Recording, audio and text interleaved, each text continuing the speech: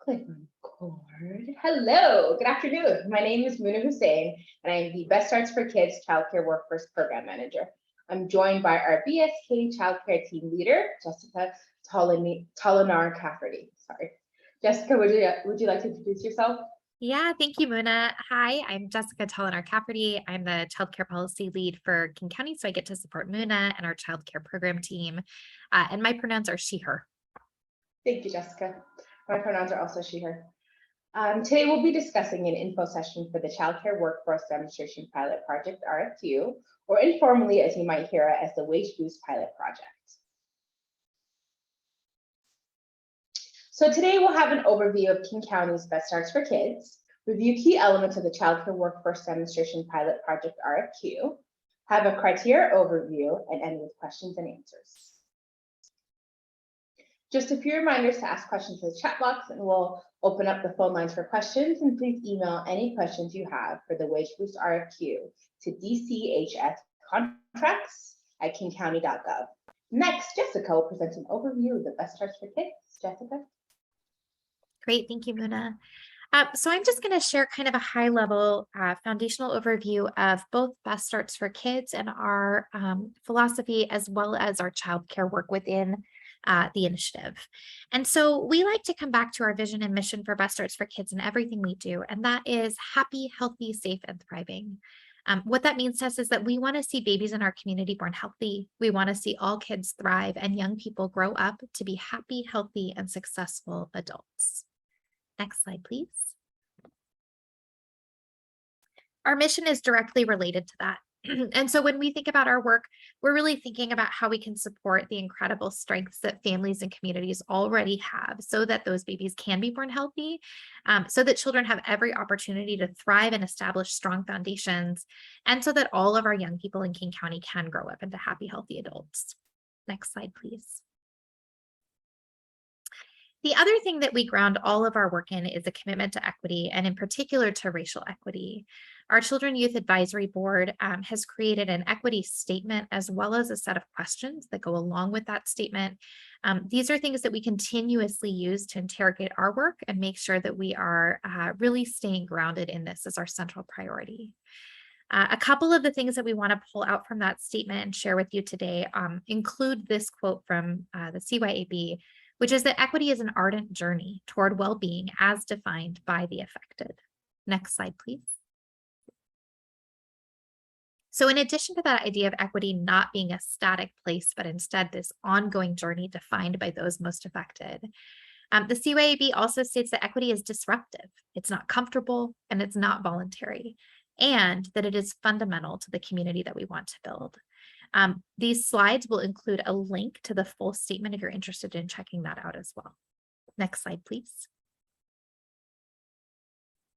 So one of the big things that sets Best Starts for Kids apart is that so often and historically in government, we focus downstream when harm has already been done, when we already have societal problems. And that's really important work. We know we have to support kids, families, and community when things go wrong. And Best Starts is really focused on moving upstream. And so we focus on that through 4 main strategies. The first is promotion. And what that means is we think about what's good. What do we know is good for kids, for babies, for families, for community, for birthing people? And we want to promote more of that so that that harm doesn't actually happen. The second is prevention. And so again, that's how can we prevent harm from happening? How can we support families and do the things that we know work ahead of time so that we're preventing them from getting to a place where they sort of need those downstream services. The third is early intervention. So when kiddos and families need support, how do we get them the support they need when they need it in the way that their family needs? And how do we do it as quickly and as early as possible? And then the last one is policy and systems change. And so we know that this work is exciting, and we also know it is a small part of the overall long-term puzzle.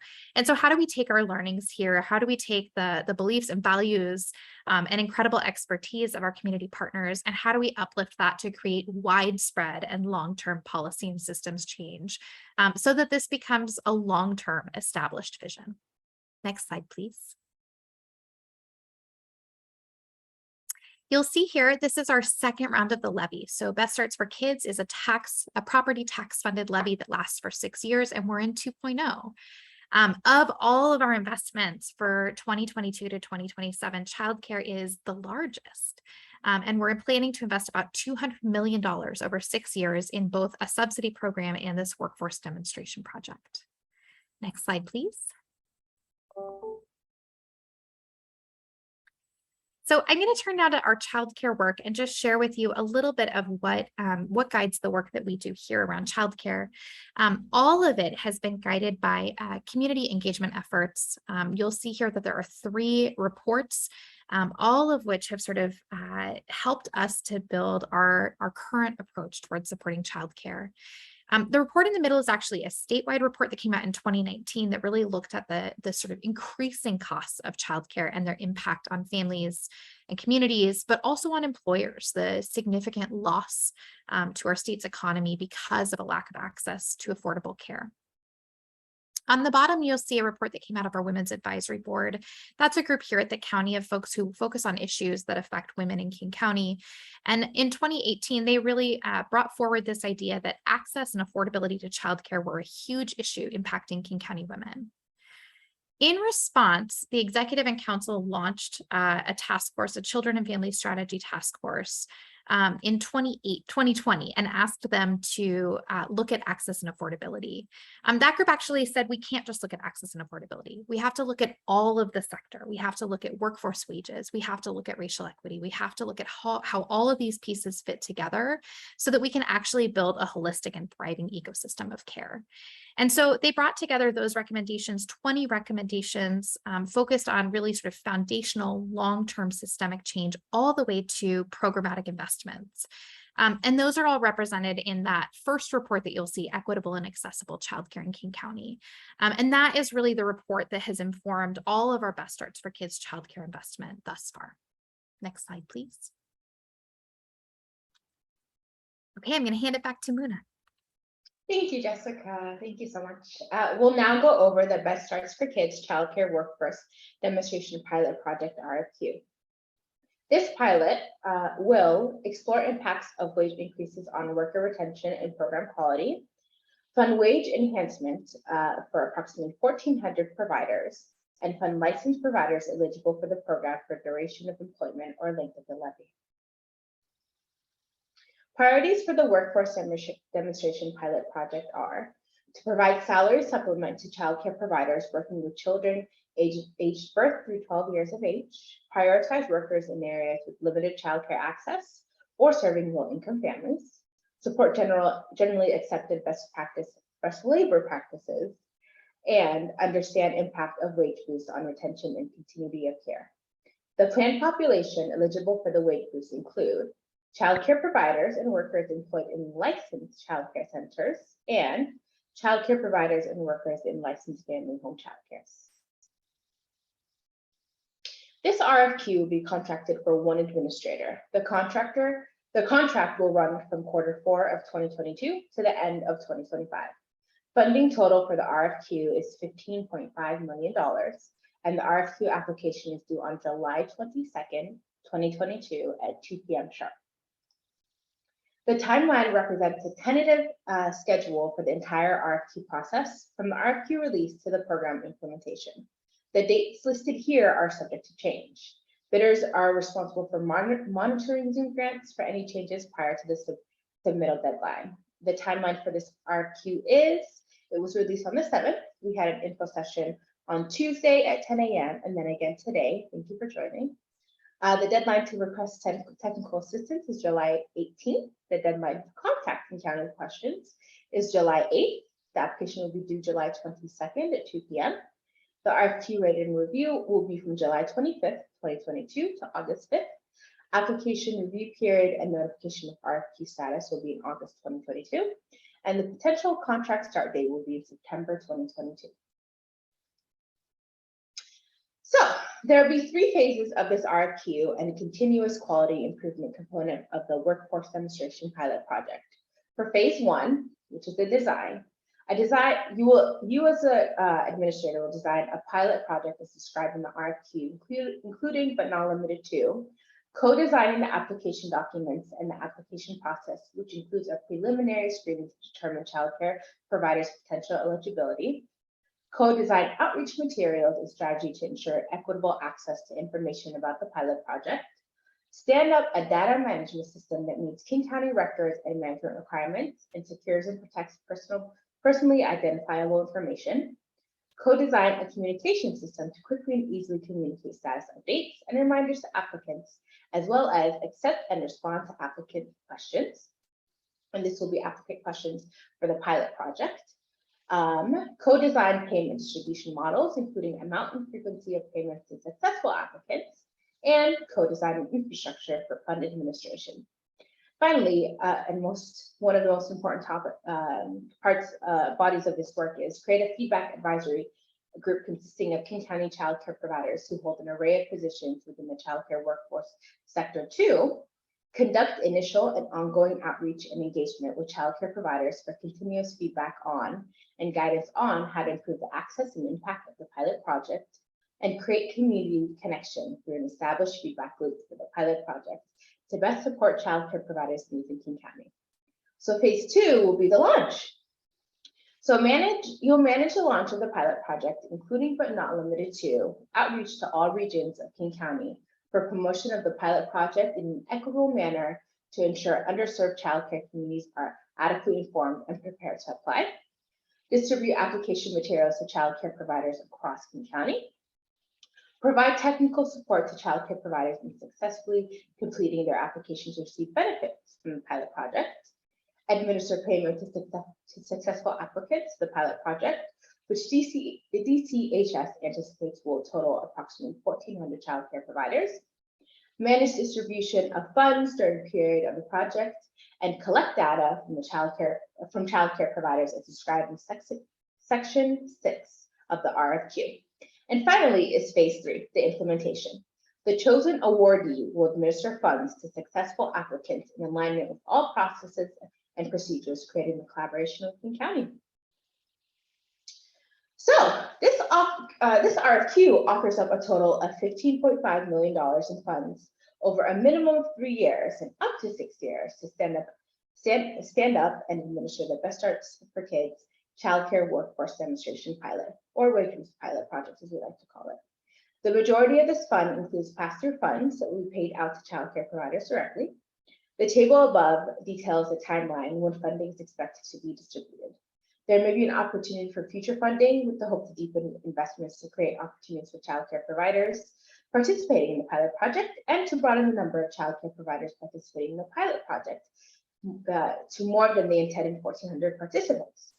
The period of performance for any contract resulting from this RFQ is tentatively expected to begin on or about September 2022 and run until December 31st, 2025, with the opportunity to extend through 2027.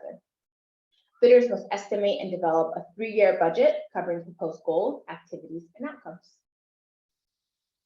So the successful bidder will be asked to participate in creating a performance measurement plan that answers these 3 questions about the overall pilot project. 1, how many people were served by this project? 2, how well was the pilot implemented? And 3, how are those served better off? The plan will include key performance measures, type of data collection, and quality improvement activities. Performance measures are developed in partnership between the funded organization and King County and are informed by the program's model and purpose. As the pilot project grows and evolves with the award period, King County staff will be available to make any necessary adjustments to the plan in collaboration with the funded organization. So for the RFQ rating review process, carefully review the rating criteria. The review panel will closely follow the scoring rubric. All applications submitted will go through a formal review process, and the appeal process is outlined in the RFQ. We recommend composing responses to the narrative questions in a Word document and then transferring your answers to Zoom grants. Because of the skip logic of Zoom grants, the question numbering may not correspond with the proposal materials. If you have any trouble with Zoom grants, contact the Zoom grant tech support. And if you're at risk of missing the deadline, please email the proposal to the RFQ lead at DCHS contracts, at kingcounty.gov. Here are some tips when drafting your budget for this RFQ. So I'm going to move this up. Budgets should be developed for the length of the contract term. If you're applying as one organization, you only need to use the budget labeled lead applicant. If multiple individuals or orgs are applying as partnership, please detail individual budgets. You can budget by an hourly rate or FTE, depending on your structure, and please be sure to read the instructions. Thank you. So, to access TAs, applicants should reach out to TA consultants directly by going to the link in this presentation. Applicants can choose a TA consultant and email them directly to ask for technical assistance. The TA consultant should respond within 48 hours. Please give the TA consultant at least 24 hours to respond before reaching out to a different TA consultant. Please also contact TA consultants for help prior to 3 days before the RFQ closing date. The sooner you reach out to a TA consultant and request help, the better. They may not be able to help you if you leave it to the last minute. And before I go on, we do have a few TAs that have joined us. If you'd like to introduce yourselves. Hello, everyone. My name is Mary Ann Chung. I'm with the Reimagine Collective. I really think that this is a fabulous opportunity for people who are interested in writing grants for this opportunity. Is that this is free assistance from us. So we have 3 people working with Reimagine Collective with over 20 years of experience writing grants and supporting organizations. And so, just to be clear, we cannot write the grants for you, but we can help support you in determining if this is an appropriate fit, providing you guidance on how to best answer your questions. We can review your narratives and provide feedback on those narratives and really just support you as you walk through the process. So nice to meet you. Thank you. I think there are a few more. Hi, my name is Jing Fong, and I'm with RHL Consulting. And everything that Mary Ann said is absolutely true. I would even encourage people who have grant writers and grant writing resources to reach out to TA folks, because you just never know. There's such a volume and overwhelming sometimes amount of information and the process that it's just nice to have an extra pair of eyes and ears to help guide you through the process. And for those who are doing this for the first time, it's also nice to have someone who can just meet you where you're at. Let go of some of the hunches or guesses that you might have to just reassure you that you tell your organization's best story, put your best foot forward, and get your voice out there. I agree. Is there anybody else that joined who's a TA consultant?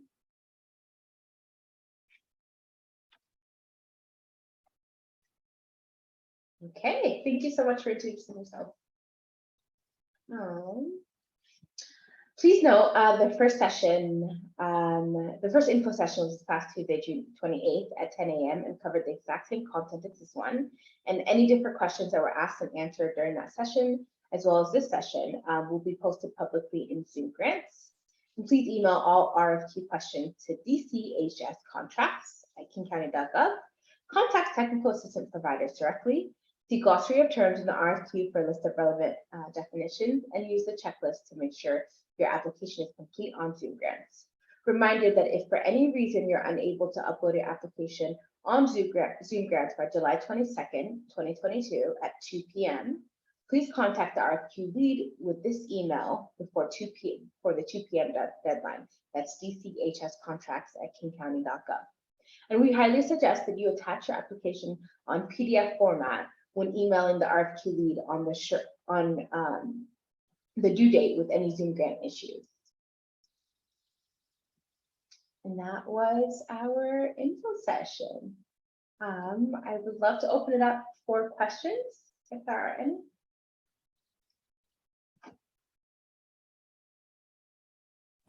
Hi, this is Kate.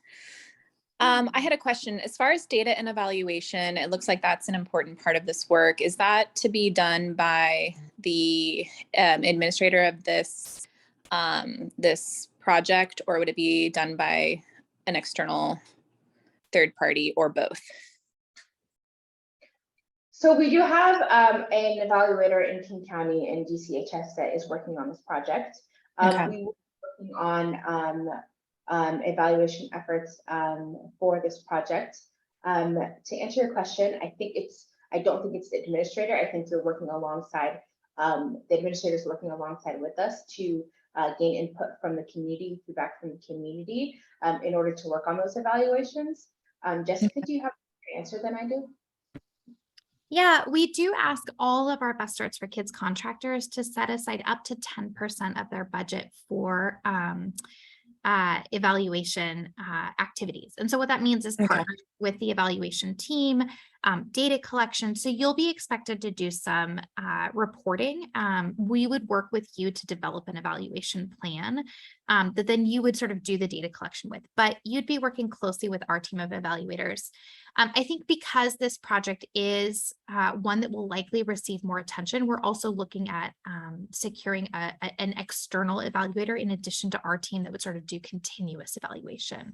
So lots of support from the county, but certainly that's an expected activity of the team that's awarded.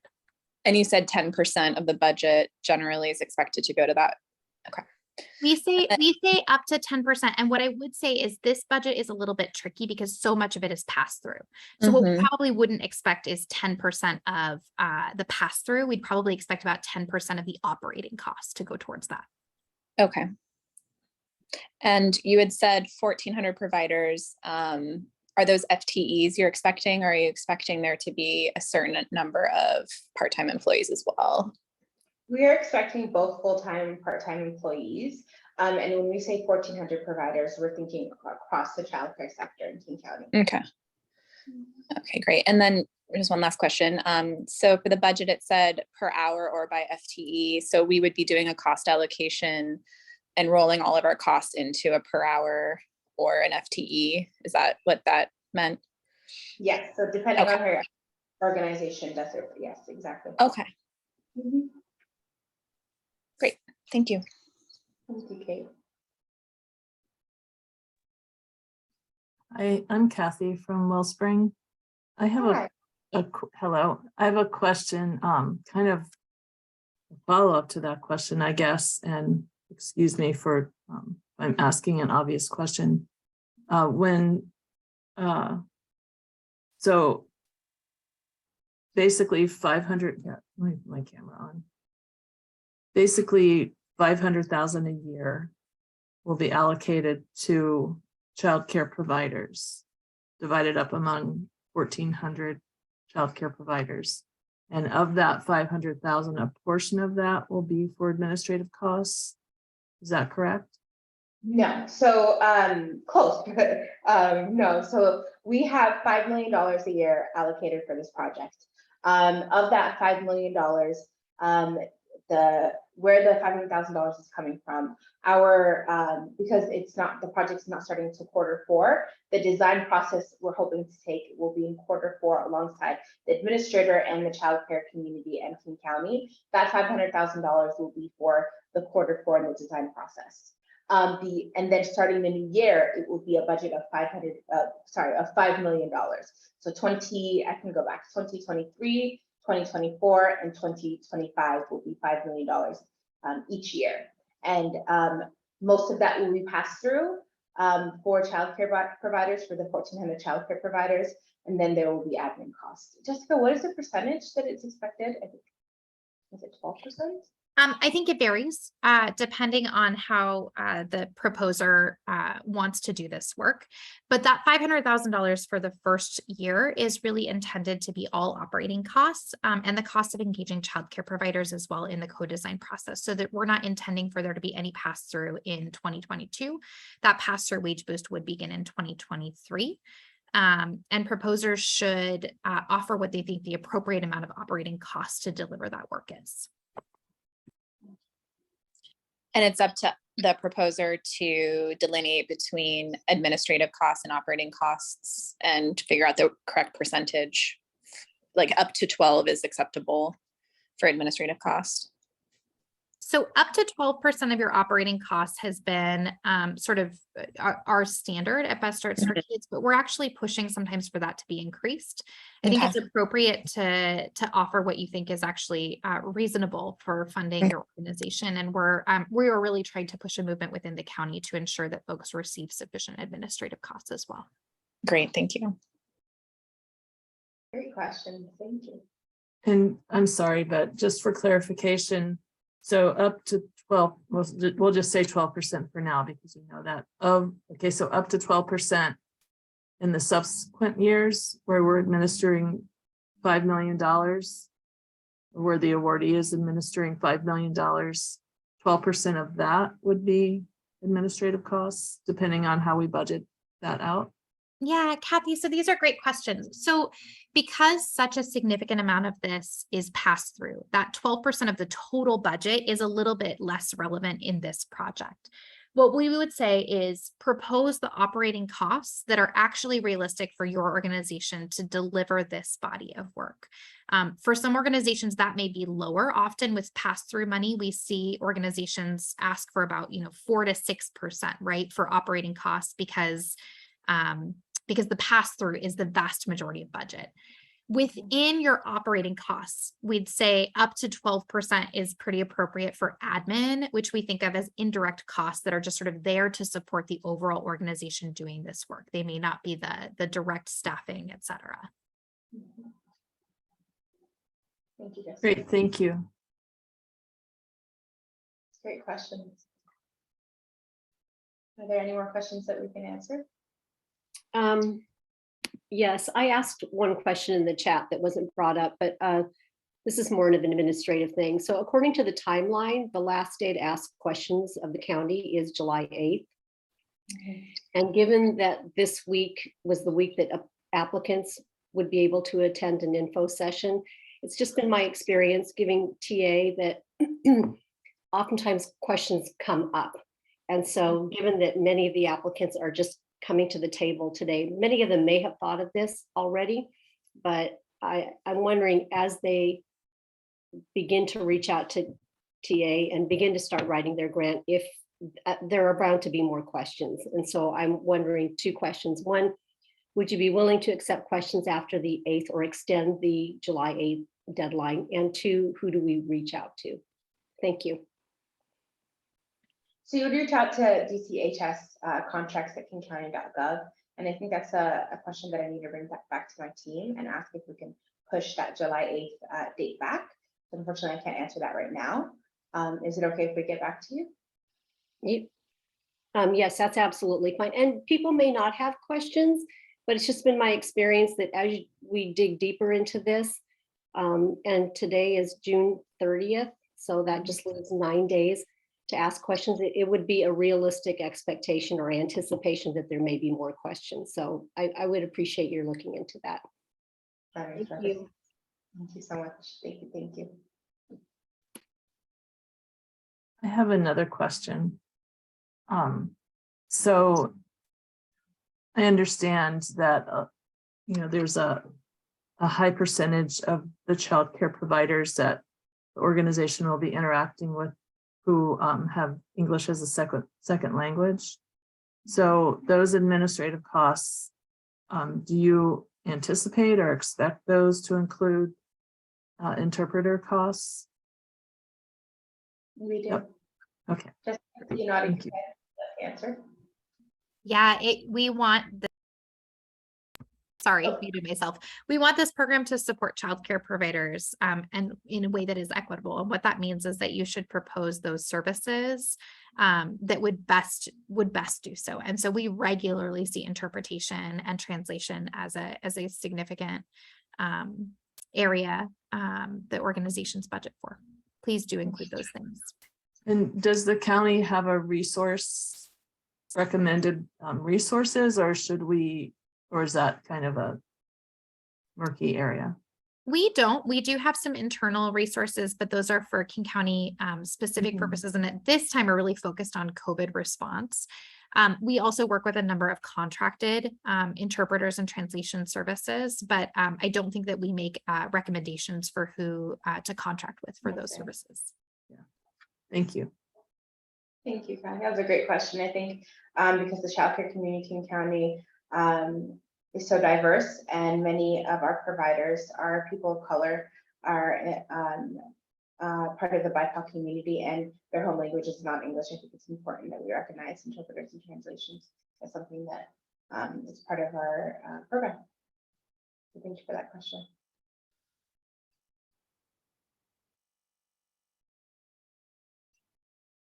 Any questions that we can answer?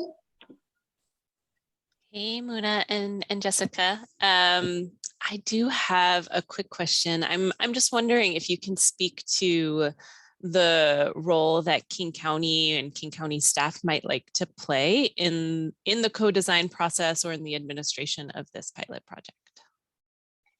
It's a great question. I think we're so when thinking about the design process, it's important that we engage childcare providers and listen to them, because this program is for them, the King County community. So I think their voice comes first.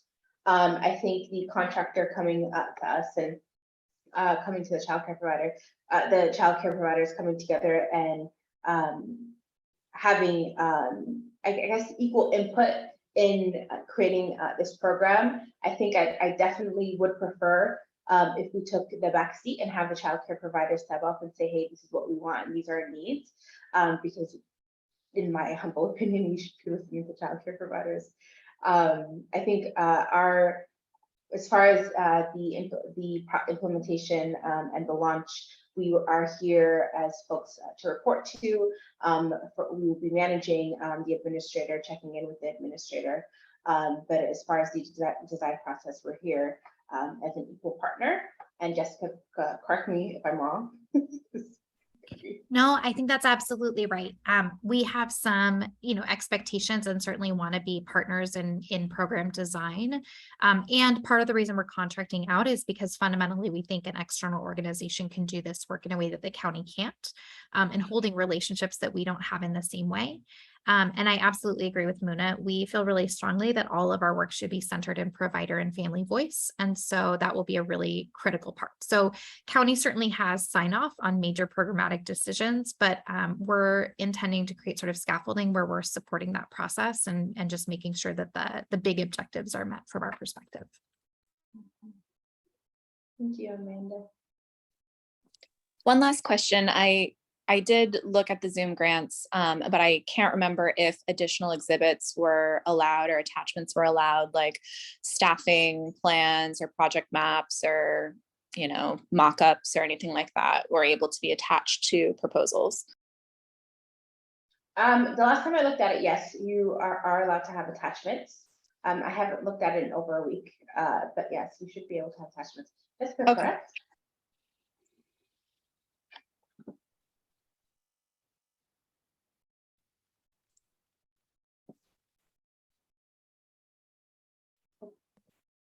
Can I ask one more question?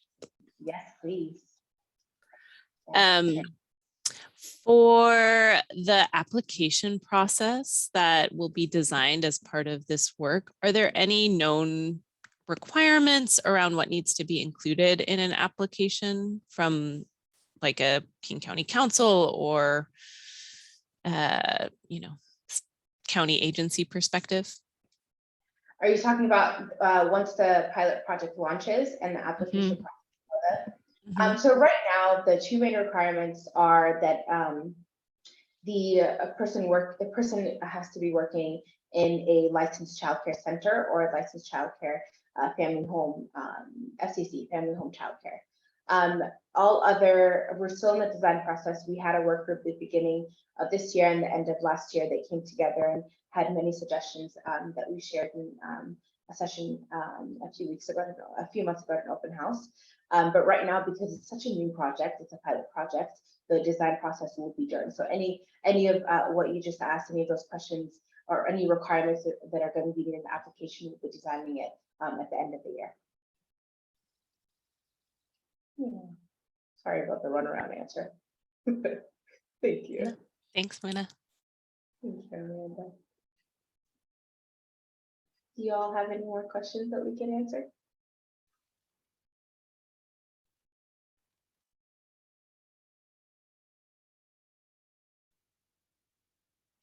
Well, I just want to say thank you all for joining us.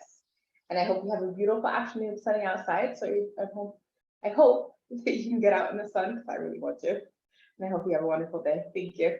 Thanks all. Thank you very much. Thank you so much. Thank you. Bye. Thank- Thank